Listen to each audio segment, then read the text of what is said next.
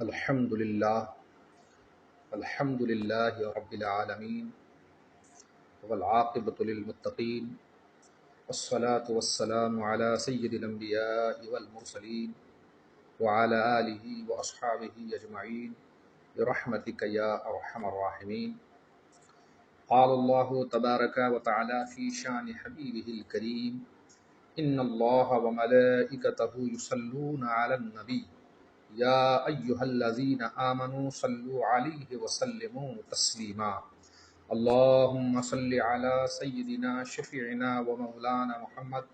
وعلی آل سیدنا شفیعنا ومولانا محمد بارک وسلم۔ صلاۃ و سلام علیک یا رسول اللہ، صلاۃ و سلام علیک یا حبیب اللہ صلی اللہ تعالی علیہ وسلم۔ ترمذی ضیائی نیٹ ورک کے جملہ شرکائے گرامی کی بارگاہ میں حمد و صلات کے بعد اس حقیر و فقیر محمد احمد رضا مصباحی کا سلام محبت، السلام علیکم ورحمۃ اللہ تعالی وبرکاتہ۔ امید کرتا ہوں کہ آپ تمامی حضرات بفضل ہی تعالی بخیر و عافیت سے ہوں گے، اور دعا کرتا ہوں کہ مولا تعالی جملہ مومنین کو اپنے حفظ و امان میں رکھے، بالخصوص حضرت سیدنا قطب الاولیاء میر ترمذی رضی اللہ تعالی عنہ کے منسلکین اور متوسلین پر اپنا خصوصی فضل نازل فرمائے۔ اسی طرح جملہ عقیدت مندان اولیاء پر بھی اللہ عز و جل اپنے نیک بندوں کے صدقے و طفیل بے پناہ فضل اور رحمتوں کی بارش نازل فرمائے۔ حضرات محترم، جیسا کہ آپ جانتے ہیں کہ رمضان المبارک کے اس مقدس مہینے میں ترمذی ضیائی نیٹ ورک کے ذریعے سے آپ حضرات کی خدمت میں دینی گفتگو کا ایک سلسلہ شروع کیا گیا ہے۔ یہ حقیر و فقیر اس سلسلے میں آج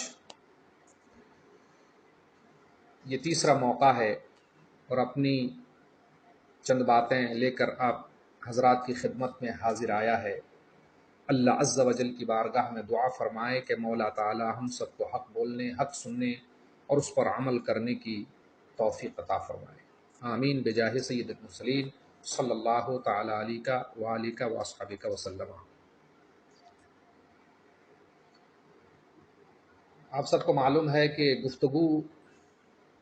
اس طور پر چل رہی ہے کہ اس کو دو حصوں میں بانٹا گیا ہے۔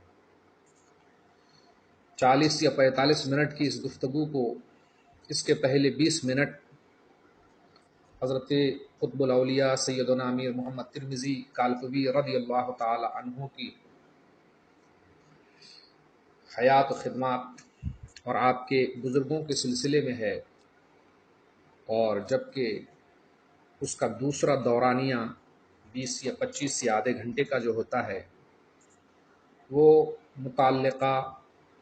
موضوع، یعنی جس موضوع کا پہلے اعلان ہو چکا ہوتا ہے اس پر قرآن و حدیث کی روشنی میں مختصر باتیں عرض کی جاتی ہے۔ آئیے سب سے پہلے میں حضرت سیدنا امیر محمد ترمذی رضی اللہ تعالی عنہ کی حیات و خدمات سے متعلق عرض کروں، اور میں نے شروع کیا ہے کہ حضرت کا ذکر پاک آپ کے خاندان کے بزرگوں کے احوال سے شروع کیا جائے، اور سلسلے میں ہم نے اس سے قبل یعنی کل کی گفتگو میں بتایا تھا کہ حضرت سیدنا امام حسین رضی اللہ تعالی عنہ کی اولاد پاک میں حضرت سیدنا علی المعروف بامام زین العابدین رضی اللہ تعالی عنہ جو میدان کربلا کے سانحہ سے محفوظ رہ گئے تھے، اور اللہ عز و جل نے آپ کو اس کے بعد ایک پاکیزہ زندگی عطا فرمائی تھی۔ اللہ عز و جل نے آپ کو بے شمار اولاد ذکور و اولاد اناث سے نوازا تھا، اور ہم نے عرض کیا تھا کہ آپ کے اولاد ذکور میں کثیر افراد کا نام پایا جاتا ہے، جن میں چند بزرگ بہت زیادہ مشہور و معروف ہے۔ کل ہم نے گفتگو کرتے ہوئے بتایا تھا کہ حضرت سیدنا امام محمد الباقر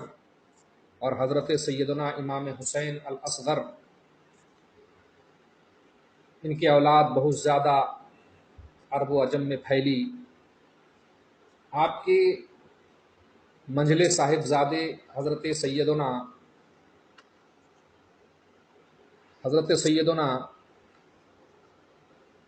زید رضی اللہ تعالیٰ عنہ، اللہ عز و جل نے اس ذات سفودہ صفات کو بھی بے شمار اولاد سے نوازا تھا۔ کل بیان کرتے ہوئے ہم سے یہ خطا واقع ہو گئی تھی کہ ہم نے حضرت سیدنا شاہ برکت اللہ مارح ربی رحمۃ اللہ تعالیٰ علیہ اور آپ کے جد کریم حضرت سیدنا دعوت الصغریٰ فاتح بالگرام رضی اللہ تعالیٰ عنہ کو حضرت امام محمد الباقر کی اولاد سے قرار دیا تھا۔ حالانکہ ایسا نہیں ہے، بہت ساری کتابوں میں لکھنے والوں نے اس سلسلے میں غلطی کی ہے۔ صحیح یہ ہے کہ آپ حضرات حضرت سیدنا امام زید بن امام زین العابدین کی نسل پاک سے ہے، لہٰذا آپ حضرات تصحیح فرما لیں کہ حضرت سیدنا دعوت الصغریٰ بالگرامی اور ان کی اولاد میں حضرت سیدنا شاہ برکت اللہ مارح ربی رحمۃ اللہ تعالیٰ علیہ، آپ دونوں حضرات زیدی سادات میں سے ہیں، یعنی حضرت زید بن امام زین العابدین کی اولاد پاک سے ہے۔ اللہ عز و جل ہم سب کی غلطیوں کو معاف فرمائے، اور ان بزرگوں کے صدقۃ و فعل ہم سب کو بھی نیک زندگی گزارنے کی توفیق عطا فرمائے۔ حضرات محترم، حضرت سیدنا امام زین العابدین رضی اللہ تعالیٰ عنہ کے چھوٹے صاحبزادے حضرت سیدنا امام حسین اصغر رضی اللہ تعالیٰ عنہ، جن کا مختصر ذکر ہم نے گزشتہ گفتگو میں کیا تھا، اور آپ کے صاحبزادے حضرت سیدنا سید علی المعروف سید علی دستگیر رضی اللہ تعالیٰ عنہ، ان کا مختصر ذکر پاک بھی ہم نے کل کی گفتگو میں کیا تھا، جو حضرت سیدنا میر محمد ترمذی رضی اللہ تعالی عنہ کے اجداد گرامی میں سے ہے۔ آئیے گفتگو کا سلسلہ آگے بڑھاتے ہوئے ہم ذکر کریں کہ حضرت سیدنا علی دستگیر، جو حضرت سیدنا امام حسین اصغر رضی اللہ تعالی عنہ کی اولاد پاک سے ہیں، سیدنا علی دستگیر رضی اللہ تعالی عنہ کے جس صاحبزادی کی نسل سے حضرت سیدنا امیر محمد ترمذی رضی اللہ تعالی عنہ کی ذات ہے، اس مبارک ہستی کا نام ہے حضرت سیدنا حسن، اور حسن حمص کے نام سے اب مشہور ہے، اور بعض حضرات نے آپ کو حضرت سید حسن موسیٰ حمص سے بھی یاد کیا ہے، اور کتابوں میں لفظ موسیٰ کا ذکر آپ کے نام کے ساتھ آیا ہے۔ بہرحال آپ کا نام سید حسن یہ بال اتفاق ہے۔ حضرت سیدنا حسن حمص رضی اللہ تعالی عنہ کا شمار جلیل القدر علماء، فقہاء و محدثین میں ہوتا تھا، اور اپنے والد ہی کی طرح آپ صاحب فضل و کمال اور مرجع انعام تھے۔ بیان کیا جاتا ہے کہ اموی حکمراں کے ظلم و ستم سے آپ نے اہل خاندان کے ساتھ مدینہ طیبہ سے شہر حمص کی طرف ہجرت فرمائی تھی، جہاں پر پہلے ہی سے حضرت امام حسن رضی اللہ تعالیٰ عنہ کی اولاد اور بھی بہت سارے اشراف مدینہ وہاں پر آباد تھے، شرفائے مدینہ اور سادات مدینہ وہاں پر آباد تھے، حضرت سیدنا حسن حمص رضی اللہ تعالی عنہ بھی اموی حکمراں کے ظلم و ستم اور ان کے بے پناہ ہرزہ سرائیوں سے محفوظ رہنے کے لیے حمص کی طرف آپ ہجرت فرما گئے۔ آپ کے فضائل و مناقب بہت زیادہ ہیں، کتب تذکرہ میں آپ کا ذکر بالتفصیل کیا گیا ہے۔ حضرت سید حسن بھی اپنے والد کی مانند شجاع، سخی، بے حد متقی و پرہیزگار تھے، اور اپنے خاندان کے لیے باعث فخر تھے، اور سیدنا امام حسن و سیدنا امام حسین اور دیگر سادات کرام رضوان اللہ تعالی علیہم اجمعین کے نظریات اور ان کی برکات کے آپ امین و ترجمان تھے۔ آپ ہجرت کر کے حمص تشریف لائے، جہاں پر آپ نے مذہب اسلام کے تبلیغ و اشاعت فرمائی، جہاں پر آپ نے احقاق حق اور ابطال باطل میں زبردست کردار ادا کیا۔ بتایا جاتا ہے کہ آپ علم جعفر و علم فلکیات میں بہت زیادہ ماہر تھے۔ خلق خدا کی رہنمائی اور ان کی امداد و اعانت کرنا آپ کا محبوب ترین مشغلہ تھا۔ آپ نے پوری زندگی حمص ہی میں گزاری، اور وہیں پر آپ نے خاندان نبوت کا فیضان خوب لٹایا۔ اسی جگہ آپ کی وفات ہوتی ہے، اور بتایا جاتا ہے کہ آپ اسی جگہ یعنی حمص ہی میں آپ مدفون ہیں، آپ کی آرام گاہ اسی شہر میں ہے۔ ایک روایت میں یہ بھی ہے کہ آپ اپنے فرزند کے ساتھ ترمذ بھی تشریف لائے تھے، اور ترمذ میں آپ کی وفات ہوئی، اور آپ کی آخری آرام گاہ ترمذ میں ہے۔ اللہ بہتر جانتا ہے، درست وہی معلوم ہوتا ہے جو ہم نے پہلے عرض کیا ہے کہ حمص میں آپ کا مزار پرانوار ہے۔ حضرت سیدنا حسن حمص رضی اللہ تعالی عنہ کی اولاد میں معروف بزرگ حضرت سید محمد مدنی، جو ناصر شاہ ترمذی کے نام سے اس وقت بھی مشہور و معروف تھے، اور کتابوں میں آج بھی اس نام سے آپ مشہور و معروف ہیں۔ حضرت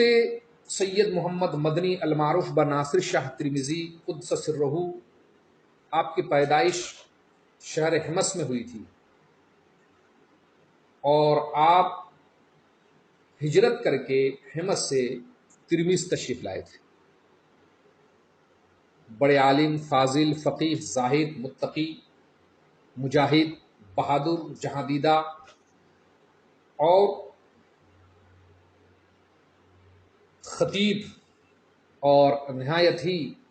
زبردست شخصیت کے مالک تھے۔ شہر ترمذ میں آپ نے تبلیغ و اشاعت دین میں نمایاں کردار ادا فرمایا۔ آپ ہی کی وہ ذات ہے کہ سب سے پہلے آپ حمص سے ترمذ میں آ کر آباد ہوئے، اور آپ کی اولاد اس کے بعد اسی مناسبت سے اپنے نام کے ساتھ ترمذی کا لاحقہ استعمال کرتی تھی۔ حضرت سیدنا میر محمد ترمذی رضی اللہ تعالی عنہ کے اسم گرامی کے ساتھ بھی جو ترمذی کا لاحقہ ہے، یہ اسی نسبت سے ہے کہ آپ کے جد کریم حضرت سید محمد مدنی عرف ناصر شاہ ترمذی رضی اللہ تعالی عنہ نے سب سے پہلے ترمذ میں سکونت اختیار فرمائی۔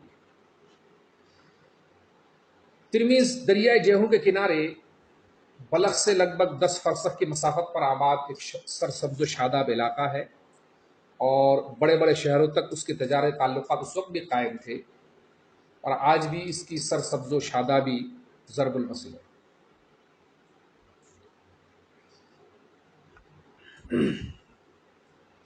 حضرت سید محمد مدنی عرف ناصر شاہ ترمذی، آپ کا دور خلیفہ ہارون رشید کے جانشین جناب مامون اور امین کا دور، وہ غالباً ایک ہی ہے۔ اور بتایا جاتا ہے کہ جس زمانے میں امین اور مامون آپس میں برسر پیکار تھے، اس زمانے میں ترمیز کے بعض عمرا نے حضرت سید ناصر شاہ ترمیزی قدس سرہ کو اپنا حاکم اور امیر بنایا تھا، اور اس کے بعد سے آپ ناصر شاہ ترمیزی کے لقب سے ملقب ہو گئے۔ لیکن یہ بات بالکل مسلم ہے کہ حضرت سیدنا محمد المدنی المعروف بناصر شاہ ترمیزی رضی اللہ تعالی عنہ بے شمار فضائل و مناقب کے حامل اور بے شمار فضل و کمال کے مالک تھے، اور اپنے ذاتی کمالات اور خاندانی فضائل اور بے پناہ علم و فضل کے باعث ہی آپ ترمذ میں ایک نمایاں شخصیت کے مالک مانے جاتے تھے۔ آپ کی دینی و علمی سرگرمیاں ترمذ میں بہت زیادہ پروان چڑھیں، اور آخری وقت تک آپ یہی رہے، اور آپ کا مزار پرانوار بھی اسی ترمذ میں واقع ہے۔ آپ کی اولاد میں متعدد افراد کا ذکر ملتا ہے، جن میں سے آپ کے بڑے صاحبزادے کا نام سید محمد حسن ہے، اور امتیاز کے طور پر ان کے نام کے آگے ثانی کا لاحقہ لگایا جاتا ہے، اور سید محمد حسن ثانی کے نام سے آپ مشہور و معروف ہیں۔ حضرت سید حسن ثانی جو اپنے والد ماجد حضرت ناصر شاہ ترمیزی قدس سرہ کے جانشین تھے، آپ ترمذ کے جید علماء کرام میں شمار ہوتے تھے، اور آپ نے اکتساب علم بھی ترمذ، مدینہ اور ماوراء النہر کے بڑے بڑے علماء سے کیا تھا۔ زہد و تقوی، عبادت و ریاضت میں آپ بے مثال تھے، اور اپنے اجداد کرام کا روشن نمونہ تھے، لیکن آپ بڑے عزلت پسند اور گوشہ پسند واقع تھے۔ خلق خدا آپ سے بے پناہ محبت کرتی تھی، اور آپ بھی خلق خدا کی ہدایت و رہنمائی اور ان کے درد و غم بانٹنے کے لیے ہمہ وقت تیار اور موجود رہتے تھے۔ بیان کیا جاتا ہے کہ آپ کو حسن ثانی کہنے کی وجہ یہ ہے کہ آپ کے جد مادری میں سے ایک بزرگ جو طویل العمر تھے، اور وہ حضرت سیدنا امام حسن رضی اللہ تعالی عنہ کی اولاد میں سے تھے، اور انہوں نے حضرت سیدنا حسن مثنی اور سیدنا امام حسن مجتبی رضی اللہ تعالی عنہما کی زیارت کی تھی۔ تو جب حضرت حسن ثانی پیدا ہوئے تو آپ کی اس جد مادری نے جب آپ کو دیکھا تو انہوں نے کہا یہ بچہ تو بالکل ہمارے جد کریم حضرت سیدنا امام حسن کے مشابہ ہیں شکل و صورت میں۔ تو اس کے بعد سے آپ کو حسن ثانی کے نام سے پکارا جانے لگا، اور اسی نام سے آپ مشہور و معروف ہوئے۔ اور یہ بھی کہا جاتا ہے کہ حضرت سیدنا ناصر شاہ ترمیزی رضی اللہ تعالی عنہ کے وصال کے بعد ترمذ کے جس علاقے کے آپ حکمراں تھے، اس علاقے کی حکومت کو لے کر کے وہاں کے عمراء سے یا عباسی خلفاء کے ساتھ کسی طرح کی کوئی بات سامنے آئی یا کوئی نزاع پیدا ہو گیا، تو حضرت سیدنا امام حسن ثانی رضی اللہ تعالی عنہ نے اپنے جد کریم کی سنت ادا کرتے ہوئے اپنے آپ کو اس حکومت سے دستبردار کر لیا اور ادھر سے بے توجہ ہو گئے۔ تو اس صلح کی وجہ سے بھی آپ کو حسن ثانی کے نام سے پکارا جانے لگا، واللہ تعالی عنہ۔ حضرت سیدنا حسن ثانی رضی اللہ تعالی عنہ کی اولاد میں ان کے صاحبزادے کا نام حضرت سید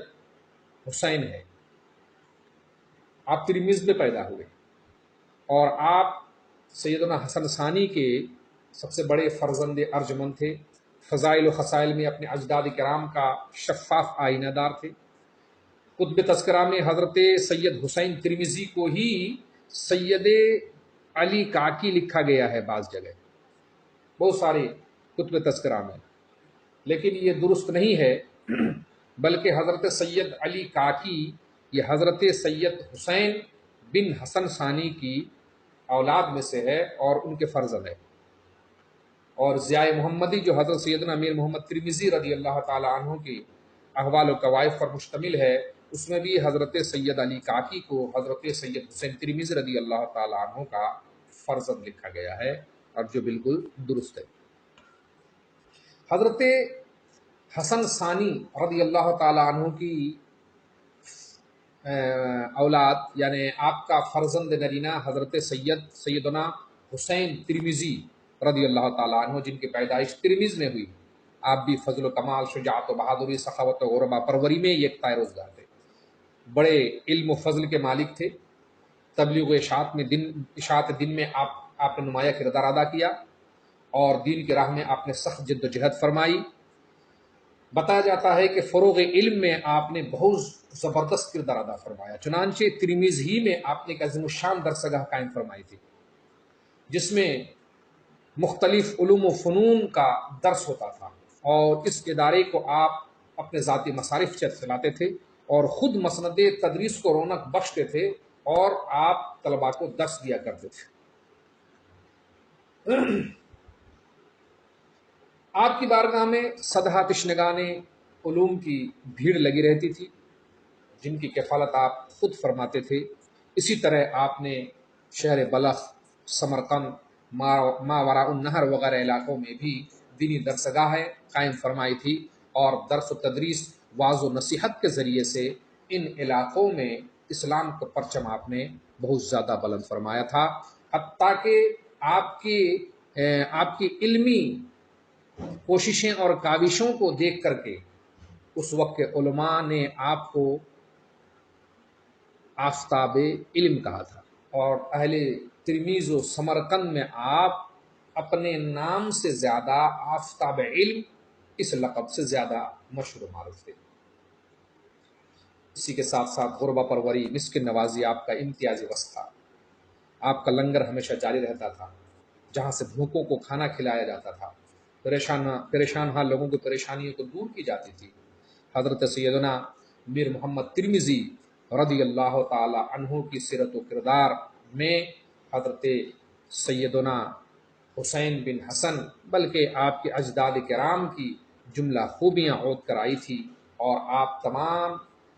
آپ کے اندر اپنے اسلاف کی وہ تمام خوبیاں موجود تھیں، جو لحظہ بلحظہ اور دن بدن آپ کے مریدوں نے اپنے ماتھے کی آنکھوں سے ملاحظہ کیا۔ انشاءاللہ عز و جل حضرت سیدنا امیر محمد ترمذی رضی اللہ تعالیٰ عنہ کا جب ذکر آئے گا تو ہم اس مناسبت سے بتائیں گے کہ آپ کے اجداد نسبی میں سے، آپ کے اجداد نسبی کے فیضان اور ان کی سیرت اور ان کی شخصیت کا اثر کس درجہ آپ کی شخصیت سے نمایاں تھی۔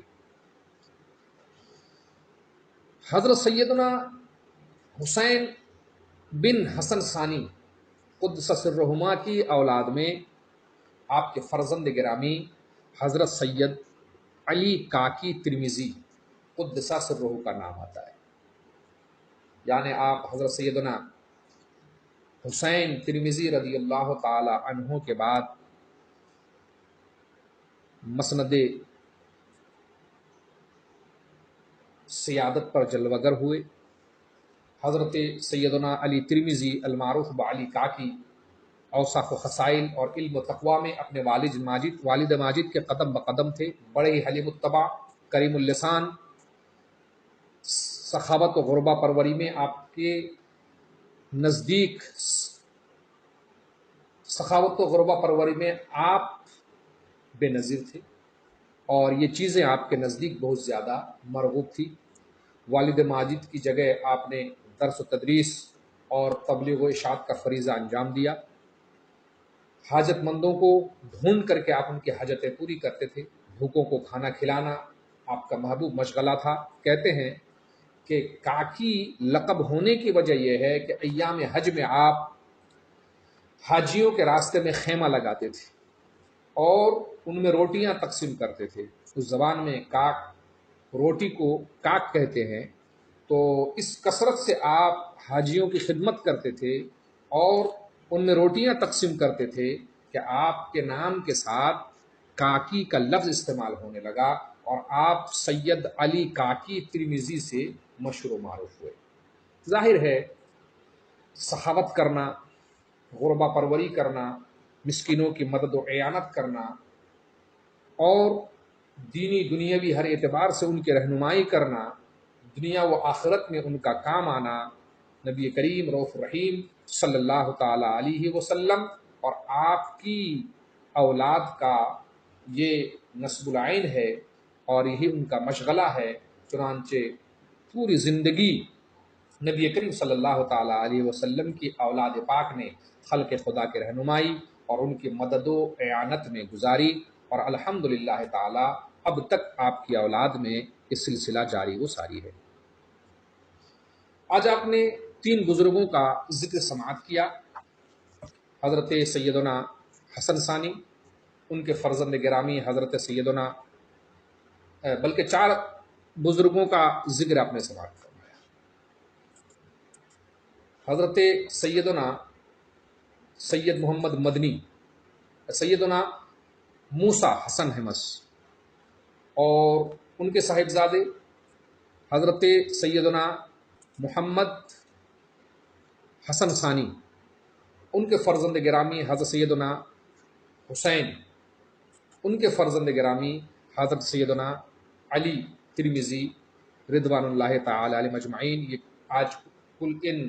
5 بزرگوں کا مختصر تذکرہ ہوا جو حضرت سیدنا میر محمد ترمذی رضی اللہ تعالی عنہ کے اجداد کرام میں سے عظیم الشان اور جلیل الشان شخصیت کے مالک رہے ہیں۔ مولا تعالی ہم سب کو ان بزرگوں کا ذکر خیر کرنے کی توفیق عطا کرے اور ان بزرگوں کے فیضان سے ہم سب کو مالا مال فرمائے۔ کل سے ہم ذکر کریں گے کہ حضرت سیدنا امیر محمد ترمذی رضی اللہ تعالی عنہ کے اجداد میں سے سب سے پہلے ہندوستان میں تشریف لانے والے بزرگ حضرت قطب الاقطاب سیدنا سید احمد تختہ ترمذی لاہوری رحمۃ اللہ تعالی علیہ کا۔ مولا تعالی ہم سب کو ان بزرگوں کا تذکرہ کرنے سننے کی توفیق عطا کرے اور ان کے نقش قدم پر ہم سب کو چلنے کی توفیق عطا کرے۔ استغفر اللہ ربی من کل ذنب واتوب الیہ۔ اب آئیے گفتگو کا دوسرا حصہ سماعت کریں۔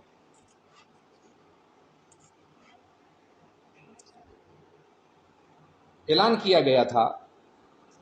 کہ کل ہی اعلان ہوا تھا کہ گفتگو کا موضوع رکھا جائے گا توبہ کی حقیقت۔ آئیے اس موضوع پر چند معروضات آپ حضرات کے سامنے رکھوں قرآن و حدیث کی روشنی میں۔ ممکن ہے اللہ عز و جل اس میں سے کسی بات کو قبول فرما لے اور ہم سب کو سچی توبہ کرنے کی توفیق عطا کرے۔ بسم اللہ الرحمن الرحیم، نحمدہ و نصلی علی رسولہ الکریم۔ درود پاک پڑھیں۔ اللہم صلی علی سیدنا شفیعنا و مولانا محمد وعلی آل سیدنا شفیعنا مولانا محمد بارک وسلم۔ صلاۃ و سلام علیک یا رسول اللہ، صلاۃ و سلام علیک یا حبیب اللہ صلی اللہ تعالی علیہ وسلم۔ حضرات محترم، توبہ کیا ہے؟ یوں آئے دن آپ سنتے رہتے ہیں اور لوگ کہتے رہتے ہم نے توبہ کر لی، بلکہ کسی طرح کا کوئی معاملہ آتا ہے تو زبان سے توبہ توبہ کا ورد شروع ہو جاتا ہے، لیکن حقیقت توبہ تک رسائی نہ ہونے کی وجہ سے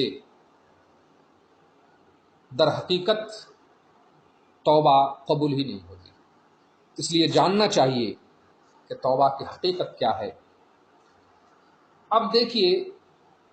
تو ڈکشنری میں توبہ کا معنی آتا ہے رجوع کرنا، پلٹنا، یعنی گناہوں سے باز آ جانا، شرمندہ ہونا۔ اور اصطلاح شرع میں توبہ نام ہے اپنے گناہوں پر نادم و شرمندہ ہو کر کے اللہ تبارک و تعالیٰ کے حضور اس طرح سے رجوع کرنا کہ نہ پھر آئندہ گناہ کرنے کا مطلقاً کوئی ارادہ ہو، اور نہ اپنی جو رب تبارک و تعالیٰ کی بارگاہ میں جو وہ نیکی پر قائم رہنے کا وعدہ کرتا ہے، نہ اس وعدے کی خلاف ورزی۔ واضح رہے، توبہ کا یہ معنی، یہ مفہوم، یہ ہم گنہگار بندوں کی حیثیت سے ہے، بندوں کے لحاظ سے ہے، جبکہ انبیاء کرام علیہ الصلاۃ والسلام کی توبہ اس کی شان کچھ الگ ہے، وہ اس زمرے میں وہ نہیں آتا۔ بزرگان دین فرماتے ہیں کہ توبہ کرنا یہ فرض ہے۔ چنانچہ امام قرطبی رحمۃ اللہ تعالی علیہ لکھتے ہیں واتفقت الائمۃ علی ان التوبۃ فرض علی المؤمنین، کہ ائمہ کرام کا اس بات پر اتفاق ہے کہ اہل ایمان پر توبہ کرنا یہ فرض ہے۔ کتنی اچھی بات ہے، اللہ عز و جل کا کس قدر ہم گنہگاروں پر وسیع کرم ہے، اور کس قدر اس کی بے انتہا مہربانیاں ہے کہ رب تبارک و تعالی ہمیں اپنے گناہوں سے توبہ کرنے کا موقع عطا فرماتا ہے۔ بے شک انسان سے خطا واقع ہو جاتی ہے، گناہوں سے معصوم اور محفوظ انبیاء کرام کی ذات ہے، باقی انسانوں میں انبیاء کرام کے علاوہ کوئی بھی معصوم عن الخطا نہیں۔ اور جب بندوں سے گناہ ہو جائے تو اللہ عز و جل بندوں سے فرماتا ہے وَتُوبُوا إِلَى اللَّهِ تَوْبَةً وَتُوبُوا إِلَى اللَّهِ جَمِيعًا أَيُّهَا الْمُؤْمِنُونَ لَعَلَّكُمْ تُفْلِحُونَ، اور تم سب اے مومنو اللہ تبارک و تعالیٰ کی بارگاہ میں رجوع کرو، یعنی اس کے حضور توبہ کرو، اس امید پر کہ تم کامیاب ہو جاؤ۔ اور رب تبارک و تعالیٰ ایک مقام پر ارشاد فرماتا ہے استغفروا ربکم ثم توبوا الیہ، تم اپنے رب کے حضور اپنے گناہوں کی معافی چاہو اور پھر تم اسی کی طرف توبہ کرو، اسی کی طرف رجوع کرو۔ اور فرمایا یا ایھا الذین آمنوا توبوا الی اللہ توبۃ نصوحا، اے ایمان والو اللہ تبارک و تعالیٰ کی طرف ایسی توبہ کرو جو آگے چل کر کے نصیحت ہو جائے۔ ہم ان باتوں کی تفصیل تو قدر بعد میں کریں گے، مگر ایک ضروری بات وہ بیان کر دے کہ کہیں آدمی توبہ کرتا رہے اور یہ چیز مد نظر نہ رہے تو اس کی توبہ رائے گاں چلی جائے۔ دوستان محترم، توبہ کا مطلب یہ نہیں ہے کہ کوئی غلطی ہو گئی تو کان پکڑ لیا اور زبان سے بس توبہ توبہ کہہ دیا، یا استغفر اللہ کہہ دیا، یا دل میں شرمندگی محسوس کی، یا یہ کہ آدمی لوگوں کو دیکھتا ہے تو گناہوں کا کام چھوڑ دیتا ہے اور پھر پچھتاوا کا اظہار کرتا ہے، اور جب تنہائی میں ہوتا ہے تو اسی گناہ پر وہ جری ہو جاتا ہے۔ دوستان محترم، نہیں، توبہ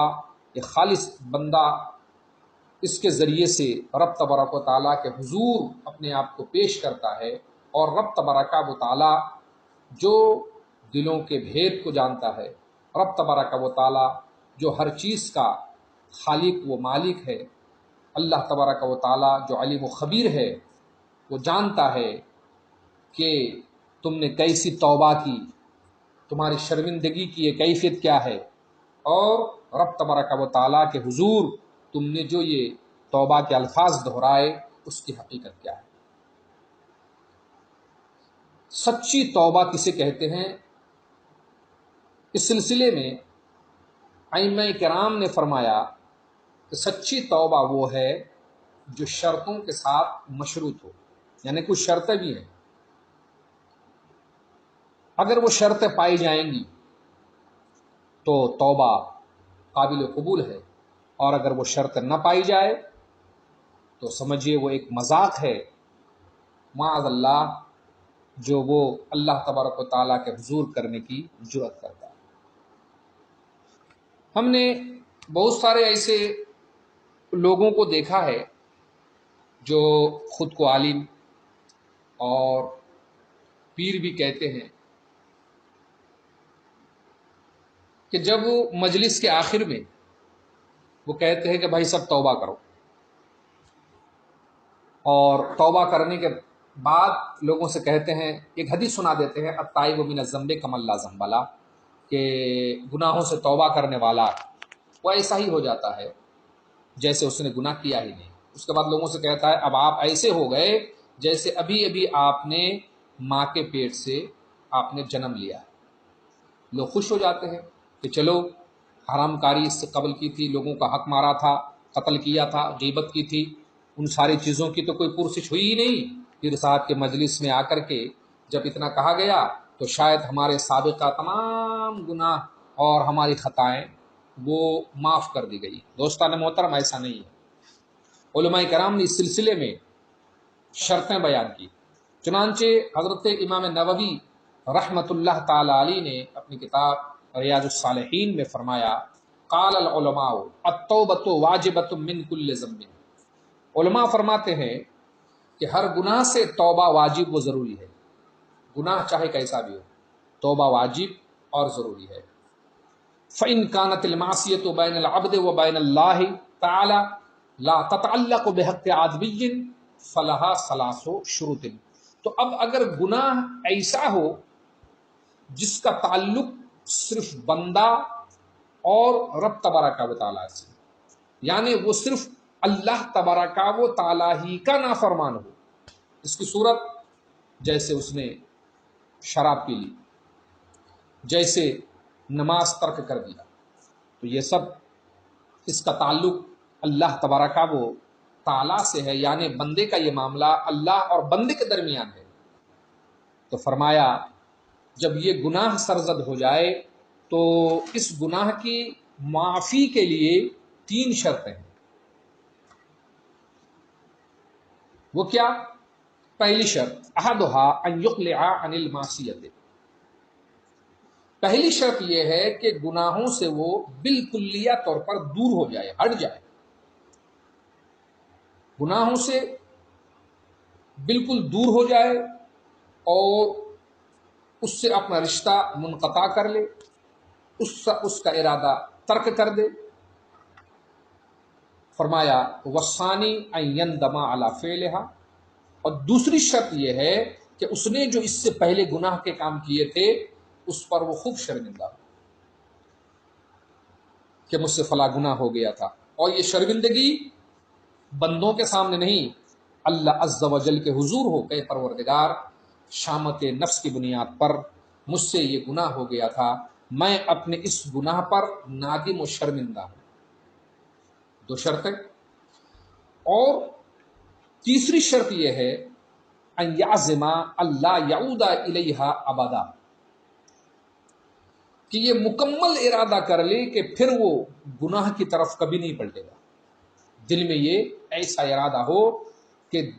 آئندہ پھر کبھی وہ کسی بھی گناہ کی طرف نہیں پلٹے گا جو بھی گناہ اس نے کیے۔ کہتے ہیں اگر ان 3 شرائط میں سے ایک شرط بھی اگر نہیں پائی گئی، مثلا اپنے گناہوں پر اس نے شرمندگی کا اظہار نہیں کیا، یا یہ کہ اپنے آپ گناہوں سے الگ نہیں کر لیا، یا یہ کہ اس نے گناہ نہ کرنے کا پختہ ارادہ نہیں کیا، تو فرمایا اس کی توبہ صحیح نہیں ہوتی۔ غور کرنے کا مقام ہے کہ آج کل جو لوگ توبہ کرتے ہیں اس توبہ میں اور شرعی توبہ میں کتنا فرق ہے۔ کیا نہیں دیکھتے کہ آدمی جب پکڑا جاتا ہے تو توبہ کرتا ہے، اور پھر جب اسے چھوڑ دیا جائے یا وہ تنہائی میں ہوتا ہے پھر اسی گناہ کی طرف وہ سبقت کرنے لگتا ہے۔ تو یہ تو اس گناہ کے تعلق سے ہے، یہ 3 شرطیں جو اللہ اور بندے کے درمیان ہوتا ہے۔ فرمایا اور اگر گناہ ایسا ہو کہ جس کا تعلق حقوق العباد سے بھی ہو تو اس کے لیے اب 4 شرطیں ہیں۔ وہ کیا کیا؟ پہلی 3 شرطیں تو یہی ہے کہ وہ گناہ سے اپنے آپ کو دور کر لے اور اپنے گناہ پر وہ شرمندگی کا اظہار کرے، اور تیسرا یہ کہ وہ یہ پختہ ارادہ کر لے کہ کبھی وہ پھر وہ گناہ نہیں کرے گا، اور تیسری شرط یہ ہے کہ جو بندوں کا حق اس نے ضائع کیا تو فرمایا حقدار سے مل کر کے اس کے حق سے اپنے آپ کو بری کرا لے۔ مثلا اگر اس نے کسی پر تہمت لگائی تھی تو حد کے لیے اپنے آپ کو پیش کرے، اور اگر ایسا نہ کر سکے تو اس سے معافی مانگے۔ کسی کی غیبت کی تھی تو اس سے معافی مانگے، کسی کی چغلی کی تھی اس سے معافی مانگے، کسی کو پیٹھ پیچھے گالی دی تھی اس سے معافی مانگے، کسی کی برائی کی تھی اس سے معافی مانگے، وغیرہ وغیرہ۔ یعنی کسی بندے کے پیٹھ پیچھے اگر اس نے کوئی ایسا کام کیا کہ جس کو شرع مطہرہ نے گناہ قرار دیا ہے، تو یہ ایسا گناہ ہے کہ یہ ایسی نافرمانی ہے کہ یہ بندوں کی بھی نافرمانی ہے اور اللہ رب العالمین کی بھی نافرمانی ہے۔ تو یہ گناہ اس وقت معاف ہوتا ہے کہ جب بندہ جس شخص کی برائی کی تھی، جس شخص کے خلاف قدم اٹھایا تھا، جس کی غیبت کی تھی یا جس کی چغلی کی تھی، اس سے مل کر کے اس سے معافی طلب کرے، اور پھر اس کے بعد اللہ تبارک و تعالیٰ کے حضور وہ توبہ کرے۔ تو یہ جب 4 شرطوں کے ساتھ یہ توبہ پائی جائے گی تو تبھی جو ہے کہا جائے گا التائب من الذنب کمن لا ذنب لہ، کہ یہ توبہ کرنے والا ایسا ہو گیا جیسا اس نے گناہ کیا ہی نہیں۔ لیکن اگر ایسا ہے کسی کا حق دبا کر کے آ کے مجلس میں بیٹھ گیا، کسی کی زمین چھین لی، کسی غریب کا حق کھا لیا، کسی کی غیبت کی، کسی کو قتل کر دیا، کسی کا پیسہ دبا لیا، کسی مزدور کو اس کی مزدوری نہیں دی، اللہ اکبر، یہ سب کر کے اگر وہ آ کر کے مجلس میں بیٹھ جائے اور اسے وقت کا کتنا بڑا بھی عالم، کتنا بڑا بھی صوفی اور کتنا بڑا بھی پیر توبہ کرے، توبہ کرائے، لیکن توبہ کرانے کے بعد اسے یہ سند نہیں دے سکتا کہ جناب اب آپ ایسے ہو گئے جیسے ابھی آپ ماں کے پیٹ سے پیدا ہوئے۔ دوستان محترم، یہ توبہ کی حقیقت ہے کہ 4 شرطوں کے ساتھ آپ کی توبہ مشروط ہو، تب جا کر کے آپ کی توبہ قبول ہوگی۔ کتابوں میں یہ بھی آیا ہے کہ ایک شخص حج کے لیے گیا، اور حدیث پاک میں ہے یہ غالباً فردوس الاخبار میں ہے یہ حدیث کہ نبی کریم صلی اللہ تعالی علیہ وسلم نے فرمایا کہ جس نے مال حرام سے حج کیا تو جب اس نے لبیک و سعدیک کہا تو اس سے کہا جاتا ہے لا لبیک ولا سعدیک وحجک مردود علیک۔ اللہ کے رسول فرماتے ہیں کہ کوئی حاجی اگر ایسا ہو حرام مال کے ذریعے وہ حج کے لیے جائے، غریبوں کو حق نہیں دیا، کسی کی زمین اس نے ہڑپ کر لی، کسی کی دکان ہڑپ کر لی، کسی کا مال کھا لیا، مزدور کا پیسہ دبا لیا، وغیرہ وغیرہ، اور اب پیسے ہو گئے اس کے پاس، اب وہ حج کے لیے چلا گیا، اور حج میں جانے کے بعد وہ کہتا لبیک و سعدیک، اللہ کے رسول فرماتے ہیں کہ اس سے رب تبارک و تعالیٰ فرماتا ہے لا لبیک ولا سعدیک وحجک مردود علیک، نہ تجھے لبیک ہے نہ تجھے سعدیک ہے، بلکہ تیرا حج تو مردود ہے، قبول ہی نہیں ہے تیرا حج۔ اب آپ سوچئے یہی حال دیگر معاملات کا بھی ہو سکتا ہے۔ غور کرنے کا مقام ہے کہ لوگ اس طرح سے سوچتے ہیں کہ ہم شب برات میں آ کر کے یا عید کی رات کو آ کر کے یا جمعہ میں آ کر کے تھوڑی دیر ہم اللہ کی بارگاہ میں رو لیں گے اور اس طرح سے ہمارا وہ گناہ بھی مٹ جائے گا جس گناہ کا تعلق حقوق العباد سے ہے۔ دوستو، یہ ایک دھوکہ ہے، اس دھوکے میں نہیں رہنا چاہیے۔ اس دھوکے میں جو رہتا ہے تو آخرت میں اس کو بہت زیادہ نقصان اور خسران کا سامنا کرنا پڑ سکتا ہے۔ اللہ عز و جل توبہ کرنے کا حکم دیتا ہے اور توبہ کو بہت زیادہ پسند فرماتا ہے، اور بندے کو توبہ کرنا بھی چاہیے۔ اس موقع پر حضرت شیخ سعدی رحمۃ اللہ تعالی علیہ کا ایک شعر مجھے یاد آتا ہے۔ آپ فرماتے ہیں، بندہ ہما بہ کہ ز تقصیر خیش عذر بدرگاہ خدا ورد۔ وہی بندہ بہتر ہے، وہی بندہ بہتر ہے جو اپنے گناہوں کا عذر اللہ عز و جل کی بارگاہ میں پیش کرتا ہے۔ دوستان محترم، تو گناہ ہو جائے تو اس پر تکبر نہیں کرنا چاہیے اور اس پر مطمئن نہیں ہو جانا چاہیے، بلکہ توبہ کرنا چاہیے۔ اللہ تبارک و تعالی توبہ قبول فرمانے والا مہربان ہے، اور وہ تو کہتا ہے ان اللہ هو التواب الرحیم، بے شک اللہ عز و جل بہت زیادہ توبہ قبول کرنے والا مہربان ہے۔ اور جب اس نے قرآن مجید میں خود ہی حکم فرمایا فتوبوا الی اللہ بارئکم، کہ تم سب اللہ تبارک و تعالیٰ کی بارگاہ میں توبہ کرو، اور فرمایا وتوبوا الی اللہ جمیعا ایھا المؤمنون لعلکم تفلحون، تم سب اے مومن اللہ کی بارگاہ میں توبہ کرو تاکہ تم کامیاب ہو جاؤ، نجات پا جاؤ، فلاح پا جاؤ۔ ایک مقام پر اور فرمایا اللہ تبارک و تعالیٰ نے کہ تم سب میری بارگاہ میں توبہ کرو اور میں تمہارا توبہ قبول فرمانے والا ہوں، جیسا کہ فرمایا وَهُوَ الَّذِي يَقْبَلُ التَّوْبَةَ عَنْ عِبَادِهِ، وہی ہے جو اپنے بندوں کی توبہ قبول فرماتا ہے۔ کتنا وہ کریم ہے، کتنا وہ رحیم ہے، اور وہ کس قدر مہربان ہے۔ عزیزان ملت اسلامیہ، ایک مقام پر اللہ عز و جل فرماتا ہے کہ توبہ کی حقیقت کو ہی اس میں بیان کیا گیا ہے۔ رب تبارک و تعالیٰ فرماتا ہے انما التوبۃ علی اللہ للذین یعملون السوء بجہالۃ ثم یتوبون من قریب فاولئک یتوب اللہ علیہم وکان اللہ علیما حکیما۔ فرمایا بے شک اللہ تبارک و تعالی کے ذمہ کرم میں انہی لوگوں کا توبہ قبول کرنا ہے جو لوگ نادانی کی وجہ سے کوئی برا کام کر بیٹھتے ہیں، اور برا کام کر بیٹھنے کے بعد وہ فوراً توبہ کر لیتے ہیں، جلدی ہی توبہ کر لیتے ہیں۔ تو فرمایا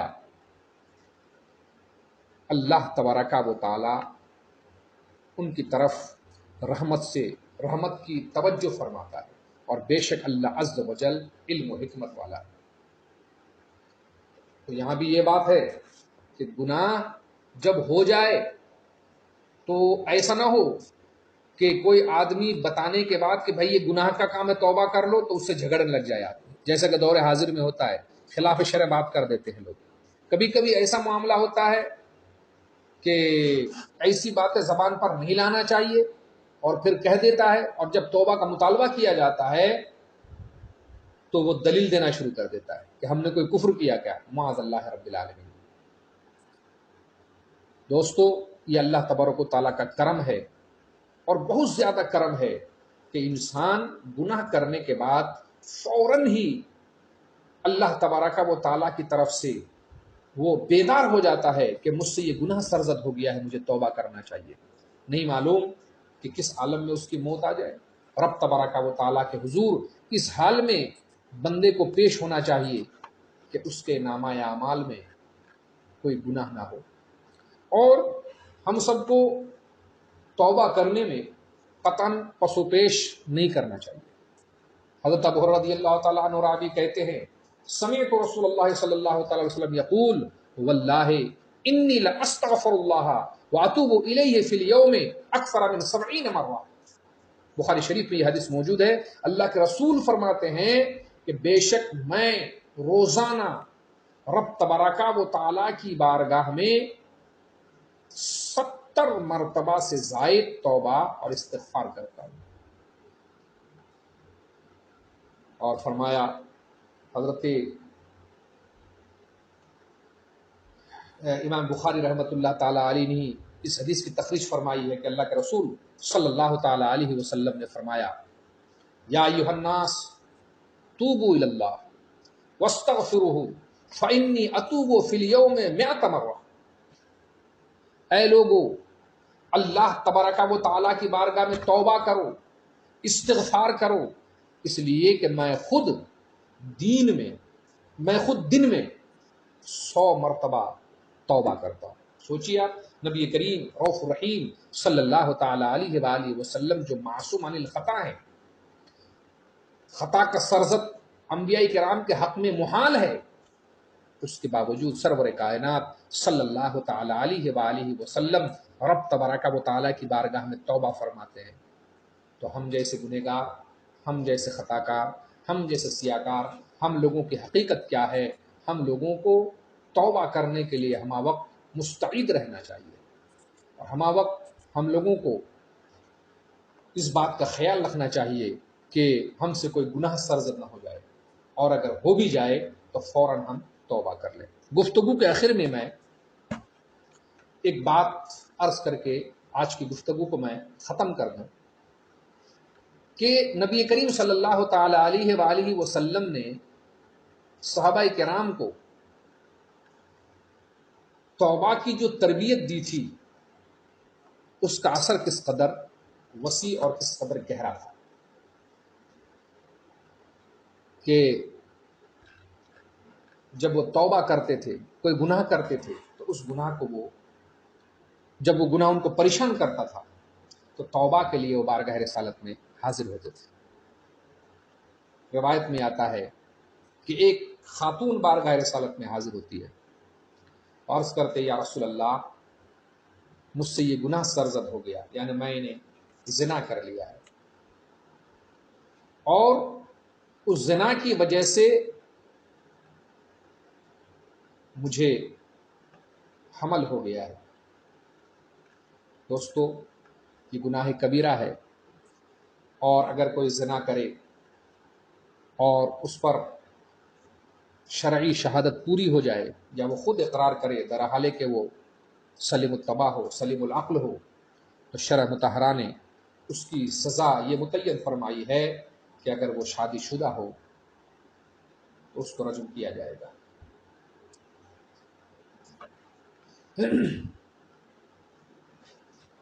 کہتے ہیں کہ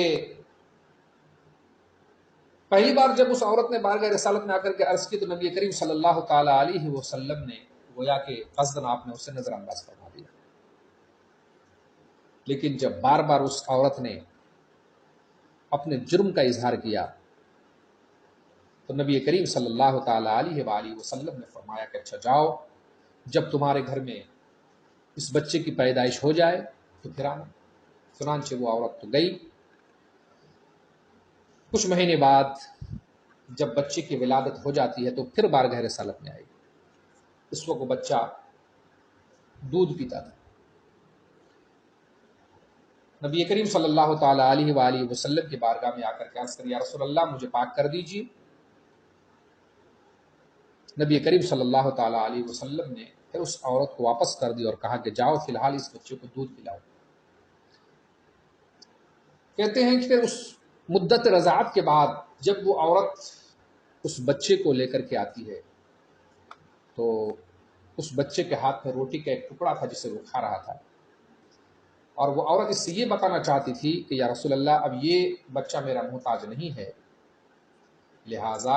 اب آپ مجھ پر حد شرع جاری فرما دیں۔ دوستان محترم، یہ کوئی چھوٹی موٹی بات ہے گناہوں سے پریشان ہو جانا، یہاں تک کہ اپنے آپ کو ہلاکت کے لیے پیش کر دینا، سنسار کے لیے پیش کر دینا۔ اللہ اکبر، یہ وہی لوگ ہیں جن کا دل خوف خدا سے ہمہ وقت لرزا اور ترسا رہتا تھا۔ نبی کریم صلی اللہ تعالی علیہ وسلم نے اس کے بعد اس بچے کو لے لیا اور اس عورت کو سنسار کرنے کا حکم فرمایا۔ کہتے ہیں کہ حضرت عمر فاروق رضی اللہ تعالی عنہ نے سنسار کرتے ہوئے اپنی زبان مبارک سے کوئی ایسی بات کہہ دی جسے سن کر نبی کریم صلی اللہ تعالی علیہ وآلہ وسلم نے فرمایا عمر اس عورت نے ایسی سچی توبہ کی ہے کہ اگر اس کی توبہ کے اجر و ثواب کو پورے شہر والوں پر تقسیم کر دیا جائے تو شہر کے تمام گنہگاروں کی مغفرت ہو جائے۔ دوستان محترم، یہ ہوتی ہے سچی توبہ۔ اللہ تبارک و تعالیٰ کی بارگاہ میں دعا ہے کہ مولا تعالیٰ ہم سب کو سچی توبہ کرنے کی توفیق عطا فرمائے، ہم گناہوں سے بچیں، تنہائی میں بھی ہم گناہوں سے بچیں، دوستوں کے درمیان بھی، گھر میں بھی، باہر بھی، سفر میں بھی، حضر میں بھی، کہیں بھی ہوں ہم گناہوں سے بچیں اور رب تبارک و تعالیٰ کے حضور اس کی رحمت کا سوال کریں، کیونکہ گناہوں کی سزا آخرت میں بھگت پانا یہ ہم سب کے بس کی بات نہیں ہے۔ اللہ تبارک و تعالیٰ کی بارگاہ میں دعا ہے کہ مولا تعالیٰ ہم سب گنہگاروں کو سچی توبہ کرنے کی توفیق عطا کرے اور اپنی توبہ پر قائم رہنے کی توفیق عطا کرے، اپنے گناہوں پر شرمندہ ہونے کی توفیق عطا کرے، اور ہم سب اس کی بارگاہ میں جب توبہ کریں تو رب تبارک و تعالیٰ سچی توبہ